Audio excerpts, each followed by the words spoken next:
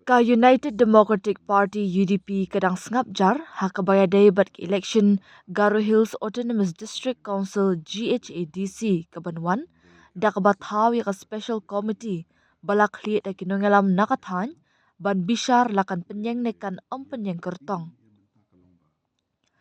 Habakran syakilat patai kebor hak arpesaw terik naiwing u presiden ke parti u bakmet bak lingdo ulaong ngila thaw ya ke komiti balak kli da kinongelam na rilum garu ban bishar benia ya ka jinglong jingman la ka long ne em ka babiang na ka benta ke parti bakan mi ya ai reng ha kenik election GHADC ke banwan.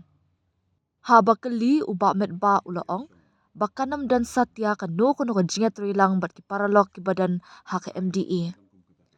Ladang ide ban mi ban ya ai reng ha kenik election ni kam jiet ban mi ya ai reng tang marway ulaong.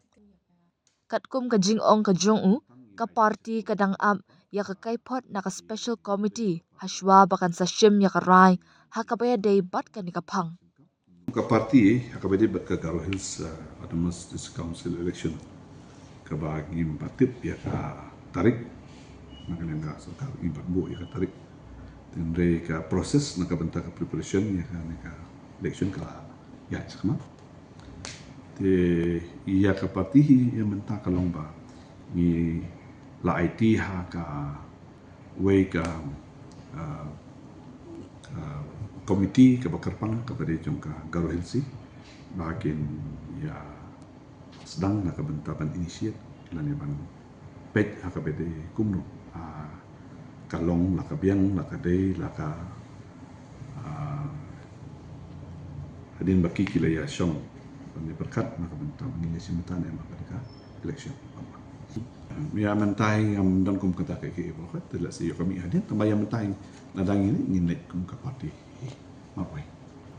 kemangal ong mentang ngila IT sa komiti ke Bakarpang ke ba ki nungtay jong ka parti ha Garo Hills kin kila sedang ya ke ban nang simkam kumno ban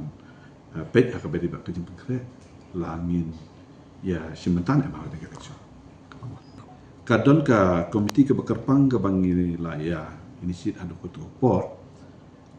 ba ni la thau ka komiti ke Bakarpang bakan pe jadi na kalian jom setai ba rikman bat anan kumuki sekretari bat presiden juga parti